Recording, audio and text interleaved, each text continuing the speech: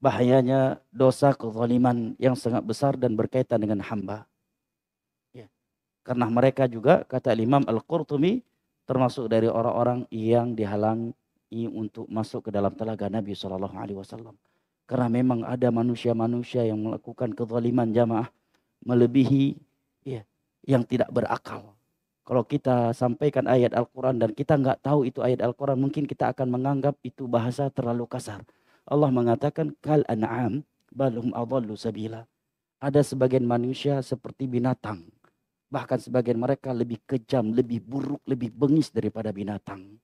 Itu bahasa Al-Quran. Coba antum lihat.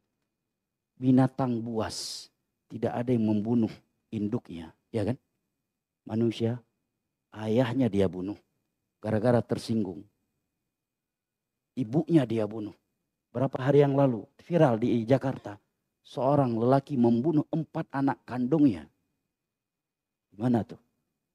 Singa, harimau, binatang buas. Gak pernah memangsa, membunuh.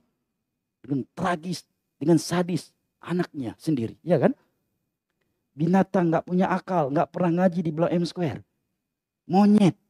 Gak mau betinanya dizinai oleh jantan yang lain. Bahkan dalam Sahih Bukhari disebutkan kisah ada seekor monyet di masa jahiliyah membunuh seekor monyet lainnya sampai mati. Kenapa? Karena menggores kehormatan betinanya.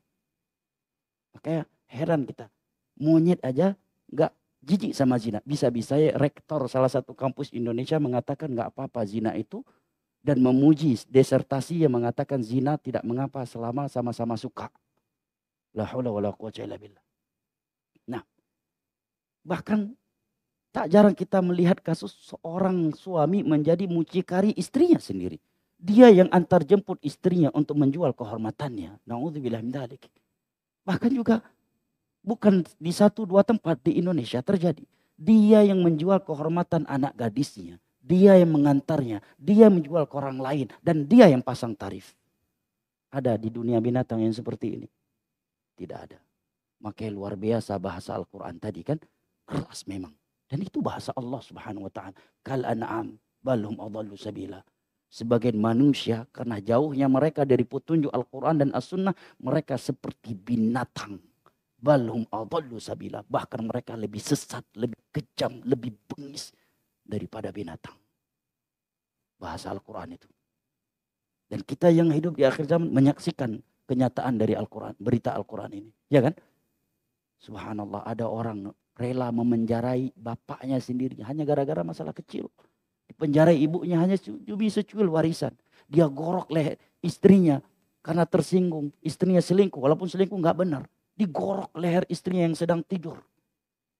Cemburu karena istrinya video call dengan lelaki lainnya. Membunuh anak kandungnya sendiri bersama istri mudanya. Seorang anak. Beberapa hari yang lalu dibunuh oleh ayah kandungnya bersama ibu tirinya. Ditenggelamkan di daerah di luar Pulau Jawa. Sama ibu tirinya. Di Aceh kejadiannya. Dia betul sekali bahasa Al-Quran. Ya kan? Manusia ini kalau jauh dari Al-Quran dan As-Sunnah. Kal an'ami balhum adallu sabila. Mereka akan seperti binatang hidupnya. Balhum adallu sabila. Bahkan mereka akan lebih kejam, lebih bengis, lebih buruk daripada binatang. Binatang gak punya akal. Gak ada yang lesbian. Binatang gak punya akal. Gak ada yang homo. Kecuali 1 ekor hewan itu. Tapi manusia ada yang lebih buruk dari itu.